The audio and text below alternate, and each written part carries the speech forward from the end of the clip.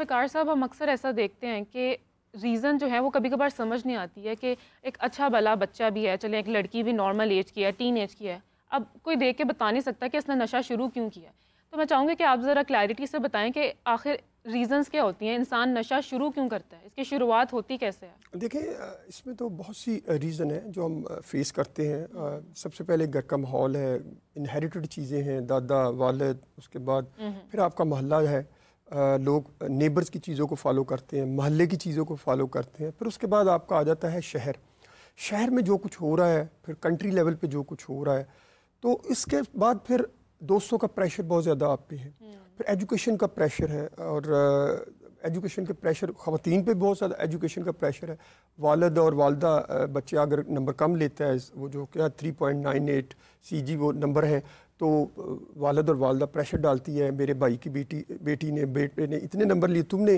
वो बच्चा जो ऑलरेडी एक ड्रग्स का इस्तेमाल, आजकल जो आइस है मेल एंड फीमेल दोनों में कॉमन है, वो बच्चे पढ़ने के लिए इस्तेमाल करते हैं, लेकिन अर्ली जो मंथ है, अर्ली स्टेजेस, वो बिल्कुल उसको ना क्या कहते हैं, ये हम कह सकते हैं कि किसी चीज़ पर्दे के पीछे उनको कुछ नहीं पता होता कि क्या हो रहा है हमारे साथ। लेकिन वक्त के साथ साथ मैंने ये देखा है कि आप आफ्टर 1.5 ईयर जब आप डिपेंडेंट हो जाते हैं, एडिक्शन में dependency is the main part, और आइस आपको लग जाती है, फिर आइस छोड़ना चाहते हैं, फिर उसके बाद आप देखें ख़वातीन में जो एडिक्शन बहुत ज़्यादा है। एलीट क्लास की ख़वातीन गाड़ी में आगे अपनी फ्रंट सीट पे एक डॉग है उनके पास, हाथ में वेप है, और वेप के साथ उनकी जिस तरह मेन का सर्कल है ना, इसी तरह upper class elite class women का भी एक सर्कल है, जो मुख्तलिफ यहाँ जो क्लब बने ना छोटे छोटे, वहाँ ड्रिंक तो है वो नॉर्मल है। और मैंने ये देखा है कि जो ड्रिंक करने वाले, पहले स्टार्ट में बड़ी पार्टियाँ होती हैं ना, पहले आप जाते हैं, ट्रे के ऊपर आपने कोकीन रखी होती है, पहले वो पेश की जाती है, उसके बाद आपको जो अपर क्लास में जिसे हम इंग्लिश शराब कहते हैं वो पेश की जाती है। उसके बाद जब वो बंदा बिल्कुल टोन हो जाता है ना, 3-4 घंटे में, जब घर आने वाला होता है ना, फिर जो ये कुकीन है वो दी जाती है, ताकि बंदा फिर अलर्ट रहता है। घर वाले शुक्र पढ़ते हैं, चले जी वापस आ गया है, लड़खड़ाता नहीं। लड़खड़ा एक और बात मैंने आपको याद है प्रोग्राम पिछले में ये कही थी कि मैं जब इस फील्ड में काम करता हूं, तो मुझे जब फ़ोन आते हैं ना, तो जब मुझे ख़वातीन का कोई घर से फ़ोन ये आता है कि ये हमारी बच्ची, हमारी बहन या मेरी बेटी नशा कर रही है, तो खुदा की कसम मेरा जिस्म कांप जाता है। अभी 4-5 दिन की पहले, एक वीक की पहले की बात है, मुझे एक फ़ोन आता है, कहने लगे जी हमने अपनी बच्ची का इलाज करवाना है, तो जुल्फ़िकार साहब आप हमारी हेल्प करें, और बच्ची प्रेग्नेंट है और 8वां महीना है। मैं उसकी बात सुन के खामोश हो गया। मुझे वो मैंने उन्हें कहा कि देखें, ये इस वक्त जो इसका ट्रीटमेंट नहीं हो सकता, आप पहले इसका जो ये पीरियड है बच्चे का ये मुकम्मल करें। जब बच्चा हो जाएगा उसके बाद 2-3 महीने के बाद इसको आपने इधर लेके आना ट्रीटमेंट के लिए। तो देखिए, मीनिंग कि प्रेग्नेंट लेडीज भी यूज कर रही हैं। प्रेग्नेंट लेडी, अब बड़े लोग ऐसे हैं जो हमारे लाहौर को जिस तरह मैं 2 हिस्सों में तकसीम करता हूँ, लाहौर के जो मिडिल एंड पुअर क्लास के लोग, जिनके पास पैसा आ जाता है, जो माहौल चेंज करना चाहते हैं, जो अपनी स्टेटस को दिखाना चाहते हैं, वो डिफेंस बहरिया वलेंशिया में आ जाते हैं। वहाँ जनाब होता क्या है, वहाँ ऑलरेडी पहले ही वो तो बच्चों को वहाँ से बचाना चाहते हैं कि यार इस साइड पे हम आए, बच्चों को बचाएं। लेकिन यहाँ नहीं बच्चे, ऐसी ख़वातीन मैंने देखी, बच्ची एक घर में 2 बहनें इकट्ठी नशा करती है, आप अंदाज़ा करें।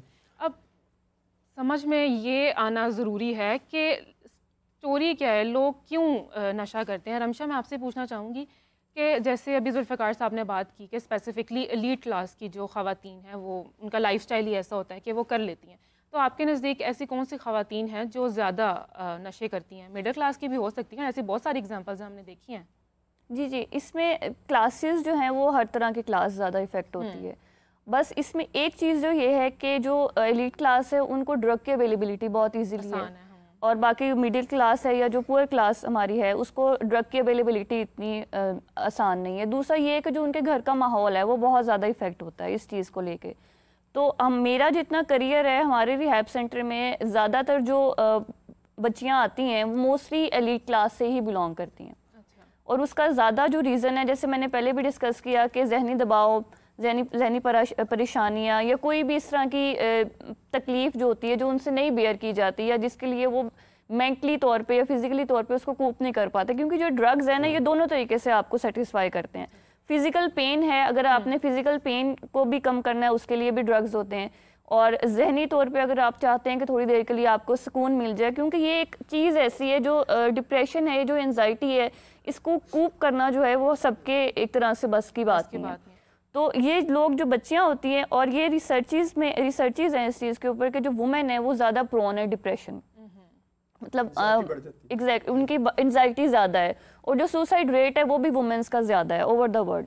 तो उसके लिए डिफरेंट जो चीज़ें हैं वो रिलेट करती हैं, हमारी सोसाइटी भी है, दूसरा ये कि उनका घर का जो माहौल है, उनकी जो अपब्रिंगिंग किस तरीके से हो रही है, तो बहुत सारे फैक्टर्स हो सकते हैं। लेकिन रमशा, आपके पास किस किस्म के जो पेशेंट्स हैं आते हैं एडिक्टेड, मतलब किस हाल में आते हैं ज़्यादातर? जो पेशेंट्स हमारे पास आते हैं फोकस लाइफ रिहैब में मोस्टली, तो जो पहली स्टेज होती है उनकी डिनाइल की stage, they are not ready to accept कि उनको ट्रीटमेंट की ज़रूरत है।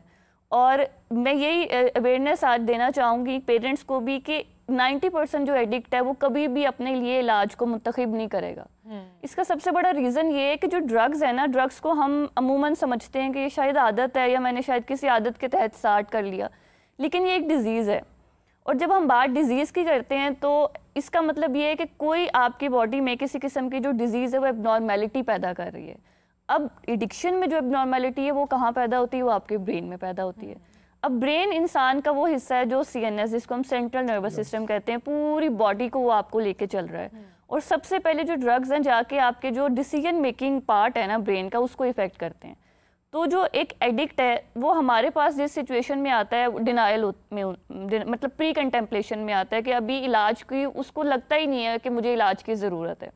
तो शुरू के जो हमारे सेशंस होते हैं, काउंसलिंग सेशंस होते हैं, उसमें तो हम उनको कन्विंसिंग स्टेज होती है, स्पोर्टिव थेरेपी के ज़रिए उनका जो डिनायल है ना उसको ब्रेक करते हैं कि आपको इलाज की ज़रूरत है। एंड रमशा, जैसे कि अभी आपने बताया कि पेशेंट्स ही नहीं स्टार्ट में एक्सेप्ट करते हैं, लेकिन मैं यहाँ पर ये भी बताना चाहूँगी कि पेरेंट्स भी जी मैं यही बात कहने लगा था, पेरेंट्स खुद डिनाइल में है।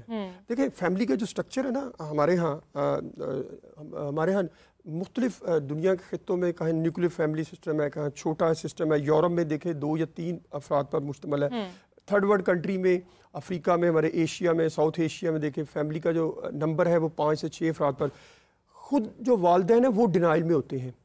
वालिद और वालदा सबको इल्म होता है कि हमारी फैमिली का एक बंदा नशा करता है, वो घर में तोड़ फोड़ करता है, चीज़ें चोरी करता है, डिस्टर्ब करता है। क्योंकि मैं अक्सर कहता हूँ कि आग की जो हरारत है ना उसका अंदाज़ा उसको होता है जो करीब बैठा है। मेरे जैसा टीवी पे देख रहा है जी फलां लाहौर के प्लाजे में आग लगी है। हम तो हमेशा घर में जो आग है ना वो फैमिली जो वालिद है ना वो डिप्रेशन में खुद है, वालदा भी डिप्रेशन में है इस बच्चे की वजह से, रिश्तेदारों को नहीं बताते।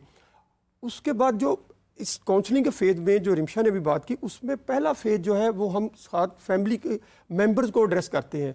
मैं अक्सर मेरे पास जितने भी पेशेंट आते हैं ऑनलाइन या वैसे या तालीमी इदारों में जाता हूँ, तो पहले मैं जब ये पता चलता है कि बच्चा और बच्ची नशा करते हैं तो मैं वालिदैन को ये टिप्स देता हूँ कि आपने उसके साथ लड़ना नहीं, ना झगड़ना है। इसलिए वो तो नशे की बीमारी की वजह से आपसे लड़ रहा है कि मुझे पैसे दो, मैंने नशा करना है।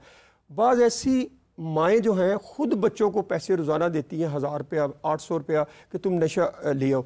अच्छा, जब घर में लड़ाई झगड़ा शुरू होता है तो देखिए घर में एक शख्स ऐसा होता है जो उस सब्सटेंस यूज डिसऑर्डर जो है ड्रग एडिक्ट उसकी हेल्प करता है। वो कौन है? वो उसकी बहन होती है। अगर मार पड़ रही है तो बहन आगे आ जाती है। बहन का रोल बड़ा इंपॉर्टेंट है। फैमिली में एक ऐसा स्टोरीज है जो रिसेंटली अभी हुई है और हमने उस बच्चे को जो है रिहैबिलिटेशन सेंटर में सबमिट कराया है। पहले तो पेरेंट्स डिनाइल में थे कि नहीं, ये पागल नहीं है, इसको नहीं भेजना है, दम दरूद करा लेंगे ठीक हो जाएगा। लेकिन जब सबमिट करा दिया तो अब उसकी मदर इतनी हैप्पी है कि लाइक वो रिकवर हो रहा है। देखिए अभी इस वक्त जो लेटेस्ट सिनेरियो है एडिक्शन का वो आइस का है। आइस का बहुत बड़ा थ्रेट है। आने वाले 2-3 सालों में थ्रेट आइस और वेप का ये हमारे मुल्क में होगा। इसको हम फाइट कर रहे होंगे। उसके लिए देखें आइस जो है वो आपको 30 घंटे नींद नहीं आने देती। आप जब डिपेंडेंसी आपकी हाई हो जाती है बॉडी लेवल, आप उस इन्हिसार बढ़ जाता है। उसके बाद जनाब आप ये है साल के बाद 1-1.5 साल के बाद फिर आप ना मेंटल डिसऑर्डर की तरफ चले जाते हैं। आप कमरे में बैठे हैं, आप सफाई शुरू कर देते हैं, आप ख्याल। अच्छा जुल्फ़िकार साहब, हम इसको यहीं पे थोड़ी देर में कंटिन्यू करें।